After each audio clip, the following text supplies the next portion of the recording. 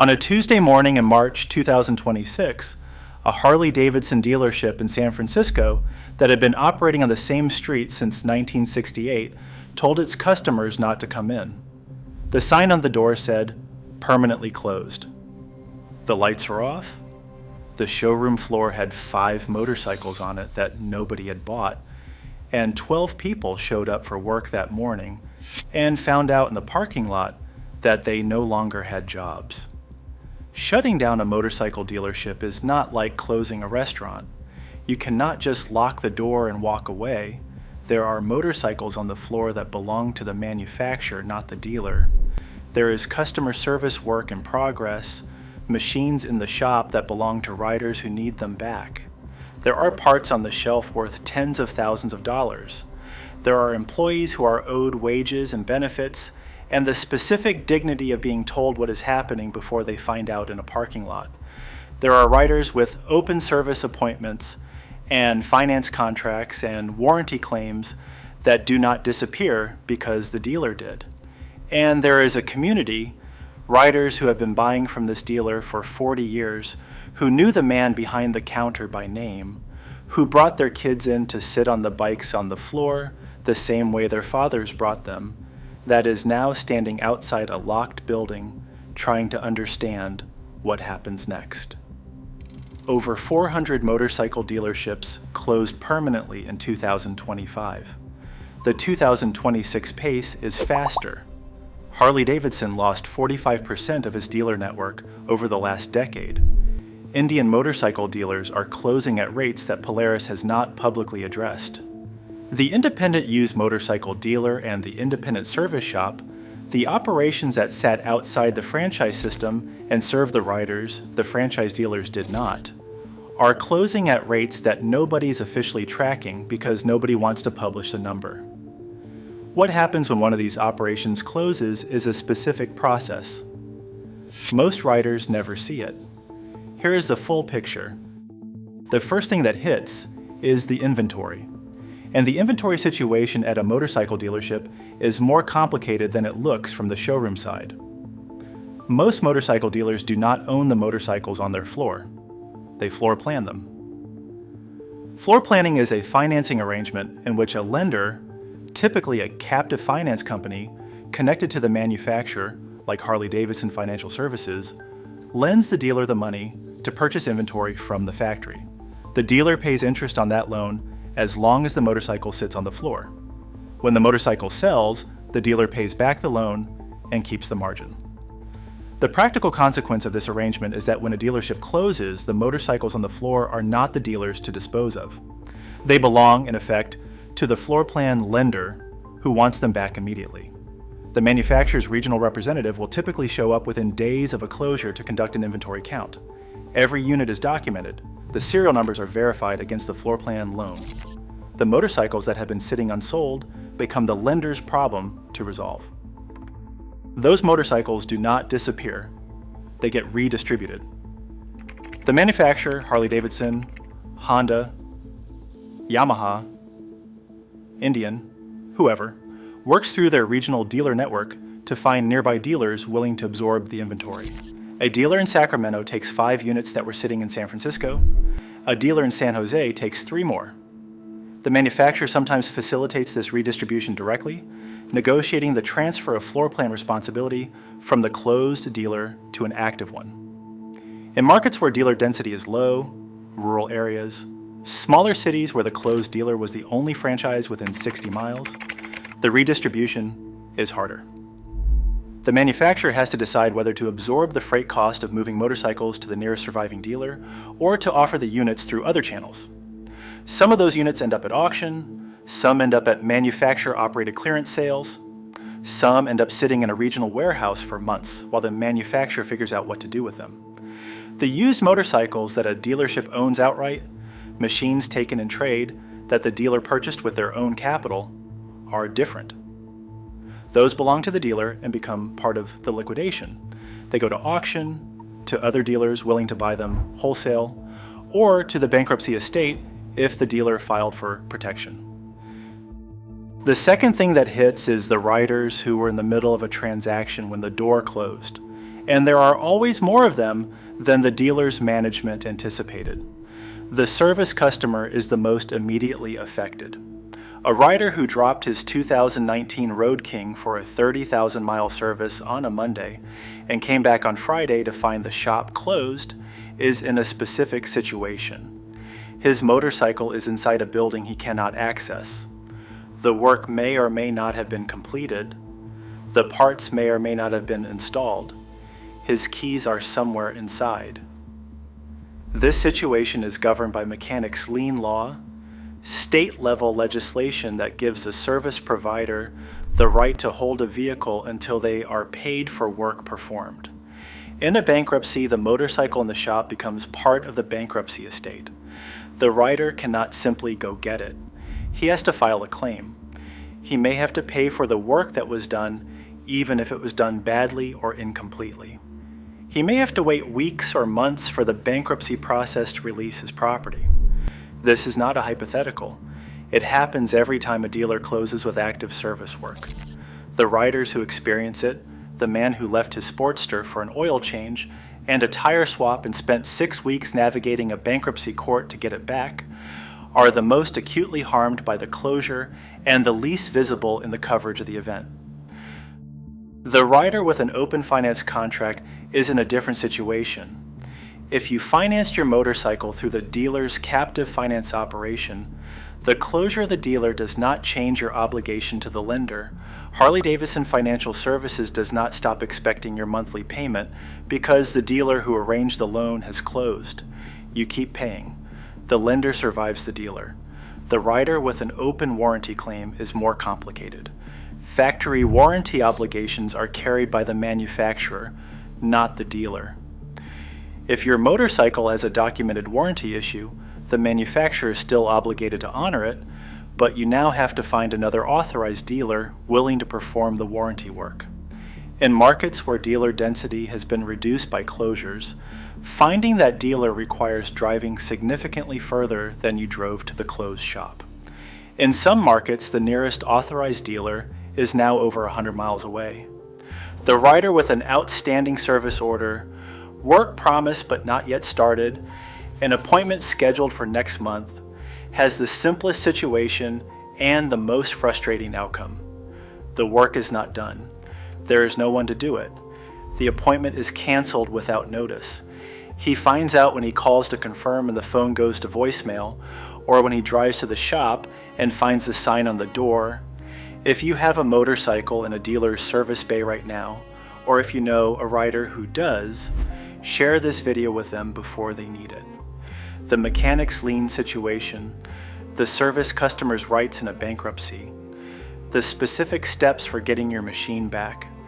This is the information most riders do not have until they are standing outside a locked building trying to figure out what to do.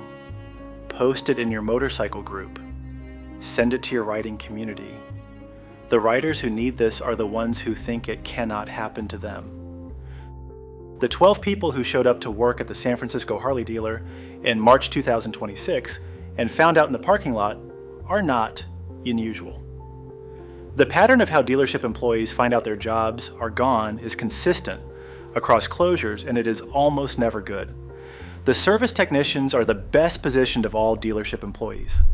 An Airbus A320 certified pilot whose airline just closed is in high demand at other carriers. A Harley certified master technician whose dealer just closed is in similar demand at other dealers, especially now, when the contraction of the dealer network means that surviving dealers are carrying more service volume with the same or reduced staff.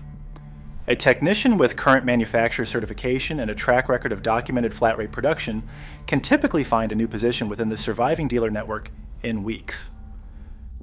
The parts counter staff are in a more complex position. Their specific knowledge, the catalog memory, the cross-reference knowledge, the understanding of which parts actually fit which applications despite what the catalog says, is valuable at any surviving dealer. But the parts job market is smaller than the service job market, and the positions are fewer. Some parts staff move into independent aftermarket roles, some move into dealer positions, some leave the industry. The sales staff has the hardest road. Motorcycle sales staff are typically compensated primarily on commission. When the dealer closes, the commission pipeline stops immediately. There are no severance provisions in most motorcycle dealer employment structures.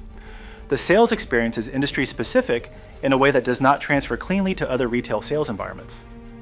And the surviving dealers who are picking up the closed dealer's territory are typically reducing staff rather than adding because they are absorbing territory without adding showroom volume. The service manager, the person who ran the service department, managed the technician staff, handled the customer flow, maintained the manufacturer certification requirements, is in the paradoxical position of having the most valuable operational knowledge and the fewest direct positions available. There is one service manager job per dealership. There are fewer dealerships. The service managers who do not land at surviving dealers tend to migrate toward independent service operations, which brings us to the next piece of the story. The parts shelf of a motorcycle dealership is, by dollar value per square foot, one of the most concentrated retail inventories in any business category. A mid-size Harley-Davidson dealer with a functioning parts department carries between $200,000 and $500,000 in parts inventory at cost. Specialty, fasteners, maintenance items, service parts for every model year in their service area, accessory items, apparel. The parts have varying degrees of brand specificity. Some are OEM components that can only be used on specific model years of specific Harley-Davidson motorcycles. Some are universal maintenance items, oil filters, brake fluid, cleaning supplies that have value to any motorcycle-related operation. Some are accessories that have retail value independent of the dealer network. When a dealership closes, the parts inventory disposition depends on whether the closure is an orderly wind-down or a sudden bankruptcy. In an orderly wind-down, where the dealer saw the closure coming, had time to prepare, and wound down operations over weeks or months, the parts inventory is typically returned to the manufacturer for credit, where the manufacturer's return policy allows it. Harley-Davidson, Honda, Yamaha, and most major manufacturers have return policies that permit dealers to return current model year parts for credit up to a certain percentage of total parts purchases. The dealer liquidates what it can through normal retail operations during the wind-down period and returns the rest. In a sudden closure, the Tuesday morning situation, the parts inventory becomes part of the bankruptcy estate. A liquidator is brought in. The parts are typically sold at deep discount to surviving dealers, to aftermarket distributors, or through industrial liquidation channels. Riders who are attentive to their local market can sometimes access these liquidation sales directly and purchase OEM parts at significantly below dealer list price. The liquidation is not publicized. Finding it requires watching bankruptcy court filings for your area. The tools and shop equipment are a separate category. Specialized motorcycle shop equipment, such as motorcycle lifts, factory diagnostic computers, tire mounting equipment, and torque equipment calibrated to manufacturer specification, have specific value to other dealers and independent shops. These typically sell quickly in any liquidation because the supply of good used shop equipment is smaller than the demand from independent operations that are trying to build service capability without paying new equipment prices. This is the piece of the dealership closure story that affects every rider in the closed dealer's territory, including the riders who never bought from that dealer and never would have. The research on what happens to motorcycle prices and market conditions when dealers close is not as extensively documented as the airline route analysis. But the structural dynamics are identical to what happened when Spirit Airlines exited routes. When Spirit left a route, prices on competing airlines rose approximately 23%, and passenger volume dropped approximately 20%. When a motorcycle dealer closes, the competitive pressure on price at surviving dealers in the territory is reduced. The dealer who was marking down aging inventory to move units, who was offering competitive service rates to maintain volume, who was doing warranty work on bikes purchased elsewhere because the volume justified it, that dealer is gone. The surviving dealers in the territory have less reason to compete on price because there is less competition. The riders who are benefiting from that competition are paying more. The more acute impact is on service access. Over 400 dealerships closed in 2025. Every closed dealership represented a service capacity that surviving dealers absorbed. In markets with multiple dealers, the absorption is manageable. In markets where the closed dealer was the primary authorized service option within 60 miles, the riders in that territory now face a choice between driving significantly further for authorized warranty service or using an independent shop that does not have access to manufacturer warranty reimbursement. The independent shops that exist in the closed dealer's territory are picking up service volume they did not expect and cannot always absorb. The service manager who left the closed dealer and opened an independent shop is the specific resource that partially fills this gap, the person with the institutional knowledge of the machines and the manufacturer certification who is now operating outside the franchise system. These operations exist in most markets where dealership density has been reduced by closures. They are not on the manufacturer's authorized dealer locator. Finding them requires asking the local riding community. The community is the informal network that connects riders to these resources. The Facebook group for your local riding club, the regular Saturday morning gathering at the remaining dealer, the old-timers who remember every shop that has operated in the area for the past 30 years and who know exactly where the closed dealer service manager went when the door locked. That network is the actual infrastructure of motorcycle service access in markets where the franchise dealer network has been reduced below functional density. The independent shop that used to be a dealer service manager, that operation is the most useful piece of practical information in your local motorcycle market right now.